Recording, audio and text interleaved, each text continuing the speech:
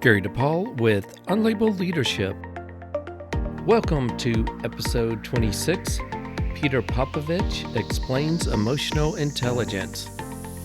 Here's a quick shout out to listeners from Silesia, Poland, Vienna, Austria, Madrid, Spain, Tipaza, Algeria, England, and Wales. With that, let's get started. You may remember Peter from episode 6, Peter Popovich and the Pickled Lifelong Journey. What you may not know is that Peter is my go-to person for emotional intelligence. Part 1, RUM is an acronym.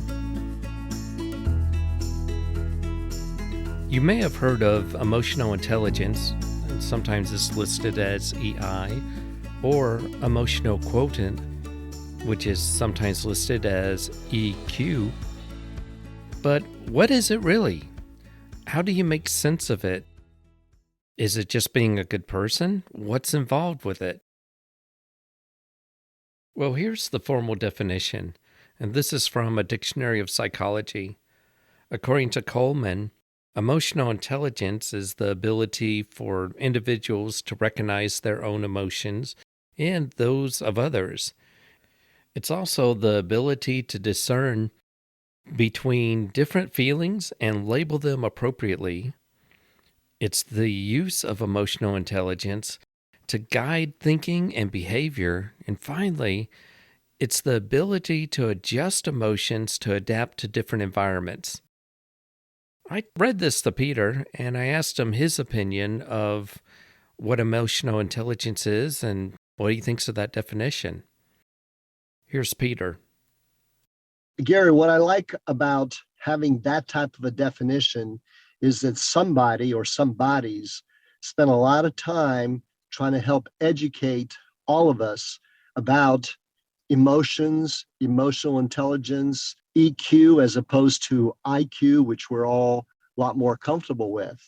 And when I got involved in delivering this concept to students at University of North Carolina at Charlotte, every time I had to say that and explain that definition, it drove me crazy because I could see their eyes glossing over, and I felt myself saying, get through this because this is just too much information before we get to the actual concept, the understanding of it, the applicability of it, and then specific tactics and or strategies that people can implement to improve their emotional intelligence, which is part of the fun and the value of emotional intelligence. It is something that all of us, regardless of our age, regardless of what we think our emotional intelligence is, to get a little bit better. And so I took that definition and broke it down into 2 bottles of rum. Now, people would laugh at rum. What does rum have to do with emotions? That's going to be a side story, but RUM to me is an acronym, RUM, which stands for recognizing, understanding, and managing your emotions. Can we recognize when we are triggered? Do we understand what that triggering is? And then what can we do to manage those triggers? Because none of us like to be triggered. So that's the first bottle of RUM, R-U-M. The second one is recognizing, understanding, and managing the emotions of others. Because we don't live in an individual bubble. We live in a world where we're interacting with people. We are not just human beings, we are social beings. And so now you take that model, recognize, understanding, and managing self and others, and look at how you can apply that in our professional lives. All of this stuff that we're going to talk about today applies to our professional and our personal lives. From a standpoint of leadership, do you want to be an effective leader? And all of us want to be effective leaders. Or better yet, we want to be more effective leaders. So where is an area that all of us can develop? And that's in the area of emotional intelligence. You said a key word, recognizing the triggers. There's a difference between recognizing a trigger and understanding what that really means. Is that right? Absolutely. Yes. And the way you recognize a trigger is we as human beings, the reason we dominate the planet is that between the stimuli, something that triggers us, and our response, there is a gap. And in animals, that gap is much smaller. We as human beings and who are more emotionally intelligent, we have the opportunity to expand the gap between stimulus and response. For some of us with certain things, that gap is very, very minuscule. I mean, we get triggered and we respond, and then we look back on it, we go, what the heck was I thinking?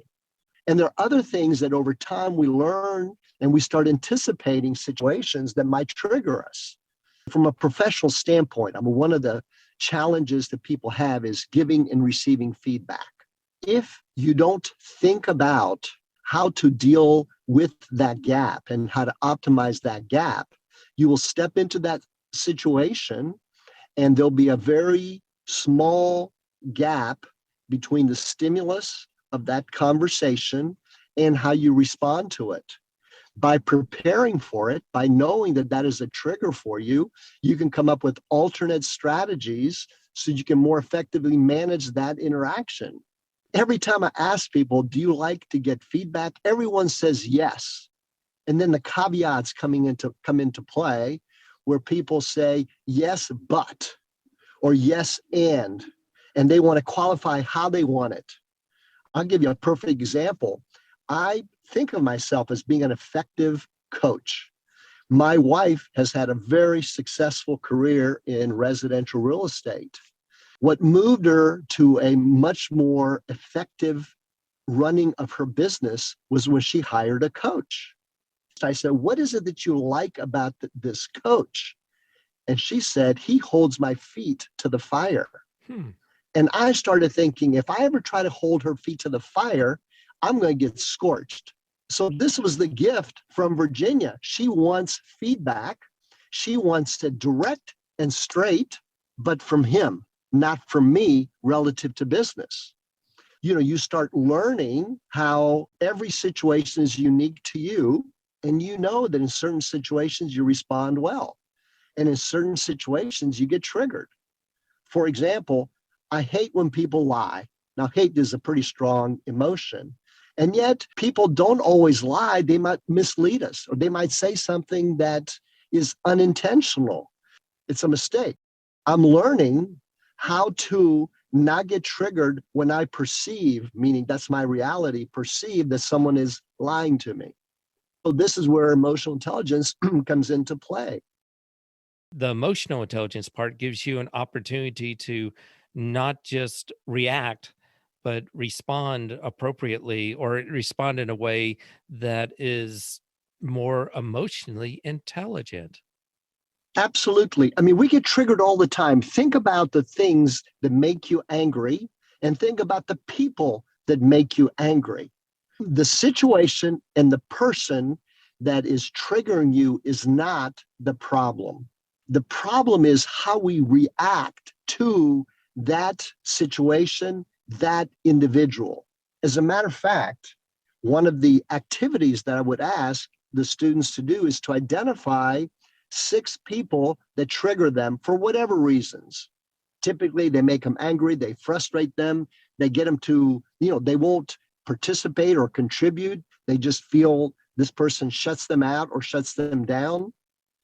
My next question is, what is it about their behavior and or their words that stifles you or that gets you to say things that you regret later on? And then the conversation needs to be, you need to now think about how to reframe that interaction with that individual or that type of behavior so that the next time you are with that individual or you hear someone do or say those things that trigger you, you're better prepared, more effectively dealing with it. Think of it as giving yourself best advice.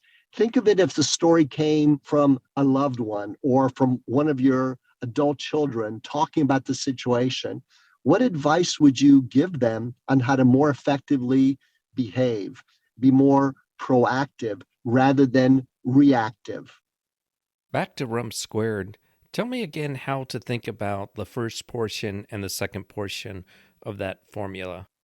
The first portion is how we recognize, understand, and manage our own emotions. How do we bring out the best of ourselves to our satisfaction? How do we optimize ourselves? The second bottle of rum, RUM, has to do with how we interact with others, personally and professionally. How do we lead others? Can we recognize, understand, and manage their emotions? How do we empathize with them? How do we inspire them? How do we communicate with them in an effective way where we get the best of them and from them and for them? That's why, and it's the emotional piece. And the reason I call it RUM squared is that emotions are an accelerator, one direction or the other direction. They move you faster or slower based upon your understanding of your emotions and your ability to assess the emotions of those with whom you're interfacing. Part of the formula of RUM squared is helping people with their recognition, their understanding, and helping them with their management so that they can be better in your relationship and their relationship with others. So that's where you're contributing to their development. Right. The management piece comes from how we interface with them more effectively. How do we provide them with feedback in a way that they're willing to receive it? How do we coach them? How do we mentor them? How do we support them? How do we help them understand that we want to have a synergistic relationship with them? Help them understand that if we worked synergistically or together, both of us have a much better life experience. Both of us are more effective. Look at teams. What great coaches do is they create a synergy so the team operates as a single unified entity, as opposed to having two or three excellent stars that dominate everything. How do you bring out the roles and the strengths of the individuals so everyone is working together? And this has to do with some of the tactics and strategies for managing others, managing the emotional aspect of the relationship with them. Part 2, the good and the bad of emotional intelligence assessments. The question might come up is, how do you determine what your emotional intelligence is? And one way of doing that is with assessments. Unfortunately, a lot of assessments around things like emotional intelligence, Myers-Briggs, DISC, whatever, they have some serious problems, and a lot of that has to do with reliability. But that's another story. What I want to know is, what value can you get out of assessments, given that they may be flawed, they may not be good predictors of performance? What can you do? Peter looks at assessments in a unique way that I think can add some value to how you look at these assessments and what you do with them. Here's Peter. I have a love-hate relationship, emotional, with any and all assessments. Yes. The reason I hate and resist assessments is because of the validity of them. And I know there's validation elements and relevance elements to all assessments. My concern about any assessment is that people will take that data, and first of all, they're not necessarily honest with how they respond, because we all want to believe that we're better than we really are.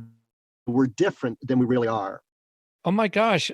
If you don't have a high emotional intelligence, you could be skewing that questionnaire based on where you think you ought to be, and it may not reflect accurately of your emotional intelligence. Absolutely. Yep. The other reason I don't have a problem with assessments is that they put people in a box and they think this is the way they are. And like, for example, and I love the DISC assessment, but I hear people say, well, I'm a high D and that justifies my behavior. I'm a high C, therefore it justifies my behavior. It's sort of, confirmation bias. So that's the piece that I don't like about assessments. The thing that I love about assessments is that relative to emotional intelligence, I don't care what assessment you take, use it as a conversation piece, first of all, with yourself to see what the outcome is. And I've taken tons of assessments. All the assessments, there are portions that I love because it points out the best in me. And there are elements that I don't love because I go, that's not exactly me. That's not quite right. Or that's not really me. So it gives me an opportunity to reflect on the output of that assessment, number one. Number two, when people resist an assessment, I suggest them, I said, take your assessment to a loved one, trusted individuals. Take it to your spouse, take it to your kids, and let them read this stuff and let them agree or disagree with the elements. Take it to one of your direct reports, take it to your manager and go through that assessment with them and let them confirm or disagree with the assessment. That conversation with them will be as rich a conversation as you can have because number one, you're getting affirmation, confirmation, denial, you're getting input from another party. That conversation will build a deeper relationship with that individual just by going through that assessment. So this is the thing that I love about any and all assessments. Take it, get the output, analyze it, learn from it, try to understand it, see what are pieces that you can implement, and then share it with others, the second bottle of rum, and see what their reaction is to it. Because that conversation, because whatever the assessment is, there is a vulnerable element. There will be a piece that says, Peter, you're not perfect. That piece stimulates the conversation for all of us to get better.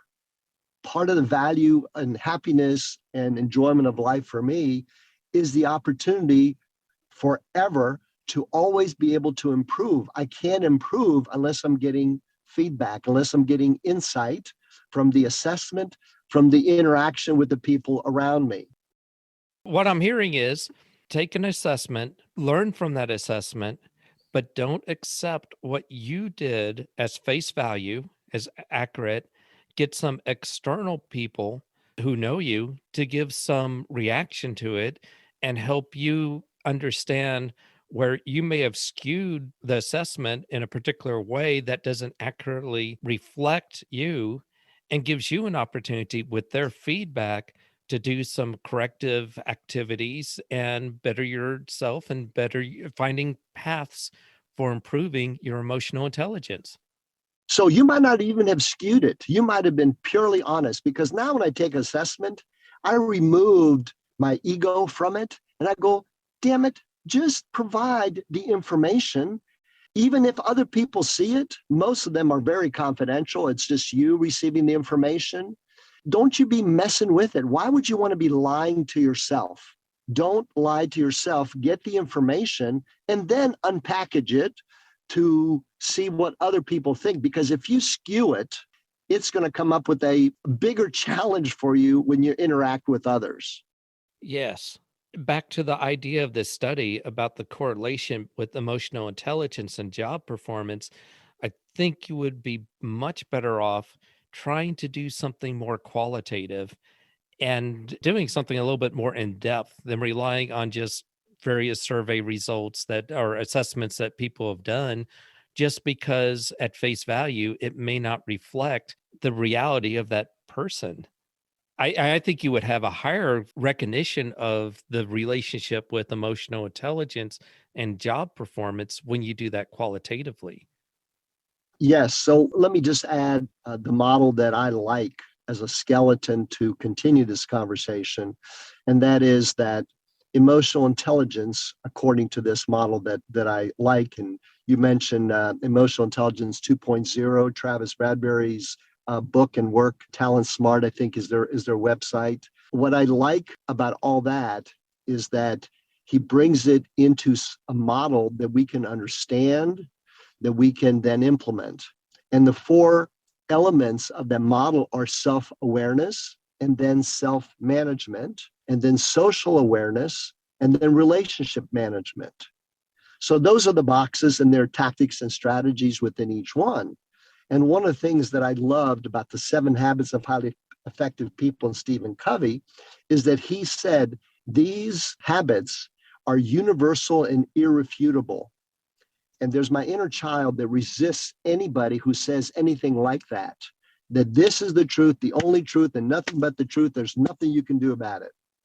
The way he convinced me to buy into those habits is the same way I want to get people to think about buying into these. For example, self-awareness. Just do the opposite. Just do not be self-aware. Forget about anything that triggers you. You just go and just do things the way you want, when you want, how you want. And you tell me how effective you are and the kind of relationships that you have and the kind of issues that you might be dealing with. Yes. The same thing applies to self-management. Let's say you're self-aware, you know these are problems, but you see what? I'm not going to do anything about it. I don't care. I'm going to continue yelling. I'm going to continue smoking, drinking. I'm going to do these behaviors. I'm going to yell at my crazy uncle because it feels good and I don't care about them. See how that works for you. And then you get into social awareness and relationship management. Well, I can't think of anyone that can be a sustainable long-term leader unless they understand their people. They can build relationships with them. And it's not one model fits all. You treat everyone the same. Each individual is unique, and you have to invest the time to build a relationship with them so that you can optimize your experience with them, their experience with you, and the outcome or benefit for the organization, whatever that organization is.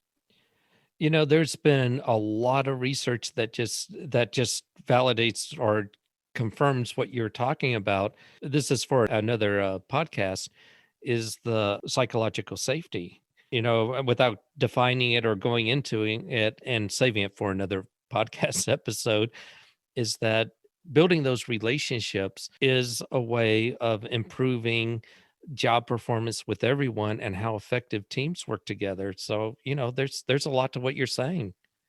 To me, it's always come back to practical application. And that is, who is a leader that you respect? What was it about them? No one is going to say they were just, no, the thing that I love them is they were so freaking smart.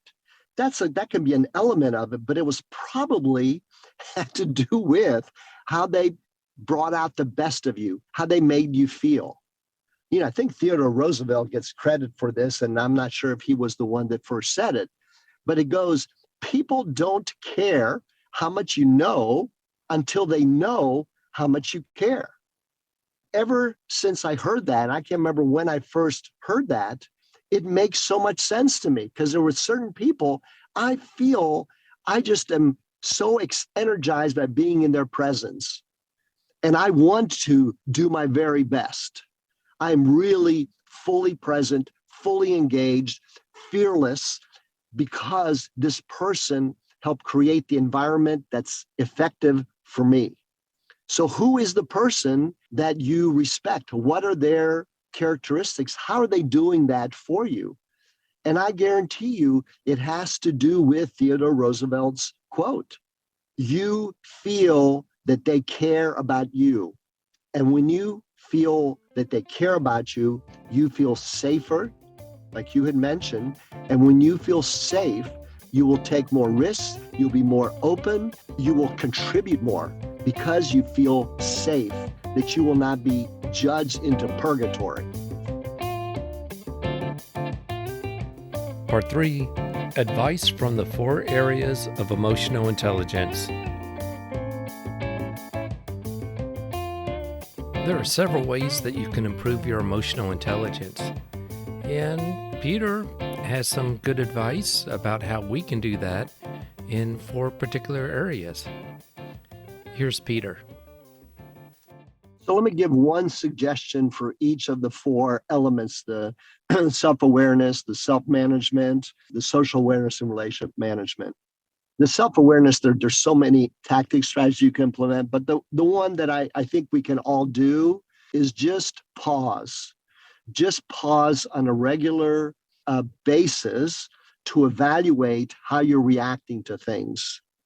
And that will make a big difference because you'll start identifying your triggers. This whole idea of just pausing to notice how you're reacting to stuff. The self-management piece, to me, the most valuable piece to manage my emotions better is to work on better sleep habits. Because I've noticed that when I get a good night's sleep, I'm a lot more effective. I'm not as easily triggered. I'm calmer. Sleep is an important piece. There are a whole bunch of other tactics that we can talk about. But to me, that one is one that I'm working on more and more. And now I really notice how I am different when I get a good night's sleep as opposed to when I have a night of tossing and turning. In the area of social awareness, one of the best things that you can do is just shut up and listen empathically. Listen with not just your ears and not just your brain, but with your heart. What does it feel like they're trying to communicate to you? We can do a whole discussion about effective listening, but listening to me is a key piece in social awareness. And then in relationship management, it's this whole idea of building trust. But let me put a spin on it that you might not have considered. Okay. In the area of building trust, on a scale of 1 to 10, how trusting an individual are you when you step into a new situation? 10 says, Gary, when you walk into a room, 10 says, I trust people implicitly. I walk in totally open arms, trusting. 1 says that, you know what? People have to earn my trust. I've been burned so many damn times, I'm not going to allow it to happen. So I ask students to pick a number. So Gary, pick a number between 1 and 10 for yourself when you step into a room of strangers. Don't tell me what that number is, but do you have a number in mind? Yes. Is it a 10? No. Exactly. No one picks a 10. So my question is, why wouldn't you pick a 10? As a matter of fact, if you pick a 5 or less, it tells me that you're fear-based, that you walk into a room guarded. And guess what? The room automatically starts being guarded because you walk in defensive. It's your body language, it's your facial expressions, etc. So I suggest to people, walk in there like these are your best friends. That's your mindset. So the question is, what if someone stabs me? Well, yes, they might stab you with their look. They won't stab you physically, but you'll feel like you're being attacked. You smile and you allow them to continue stabbing you, because at some point they'll stop stabbing you and they'll start mirroring you. And that whole issue of walking to every room with the 10, and you and I have been in enough situations, and you see how I walk into situations. I just pretend that everyone in that room is my new best friend. And it really opens up the possibility for trust. Whereas in the past, too frequently, I've walked in a room guarded because of whatever my fear was about crossing that threshold. People had to earn my trust and I had to earn their trust. And that is a process that takes too long. But if you walk in there vulnerable and fearless, I promise you that relationship will move much more quickly to the place you want it to be, as opposed to not getting there very quickly. The emotions you bring into a room can be quite contagious. Absolutely. Yes. And subconsciously, you don't even realize it. So that's the reason I suggest to people, before you cross that threshold, start thinking about the kind of experience you want to have. And the kind of experience you want to have is transformative, life-changing. And it could be just stepping into a small room that really normally wouldn't have a lot of consequences, but just get in the habit. Every threshold is an opportunity to be totally vulnerable, open, come in with trust, because I promise you that you will have much better experiences because your emotions are not fear-based. Our animal instincts will read stuff that's there or stuff that's not there because it's the brain saying, is this friend or foe? Friend or foe? And you come in as a friend using all of your facial body language, breathing energy, saying, I'm a friend. I'm not here to harm. I'm here to help, to contribute, to make a positive difference. So those are the 4 suggestions that I offer for people to consider. And then, of course, take the assessments. I'm biased for the book Emotional Intelligence 2.0. I think it's like a $25 book. You get a free assessment. You get an output. There are, I think, 66 different strategies total for the 4, so 16 or 17 strategies for each of the 4 components that I've just shared. And it'll tell you which ones to consider based upon how you answer the assessment. But it's also fun to read the strategies and tactics, all 66 of them, and pull out the ones to apply, and then go apply them and see whether they make a difference for you or not. And I assure you that the more you apply them and have a commitment to them, the more of a positive impact they'll make on you, and it will continue adding to your emotional intelligence, your EQ. My thanks to Peter Popovich. If you'd like to leave a question or make a comment, go to unlabelleadership.com, click the message icon, and you can leave a 1-minute voicemail message. Maybe I'll play it on the air. Thanks to those who are supporting the show. Your contributions help with the production and some of the production expenses. But most importantly, I'd like to thank you for listening. Until next time, lead on.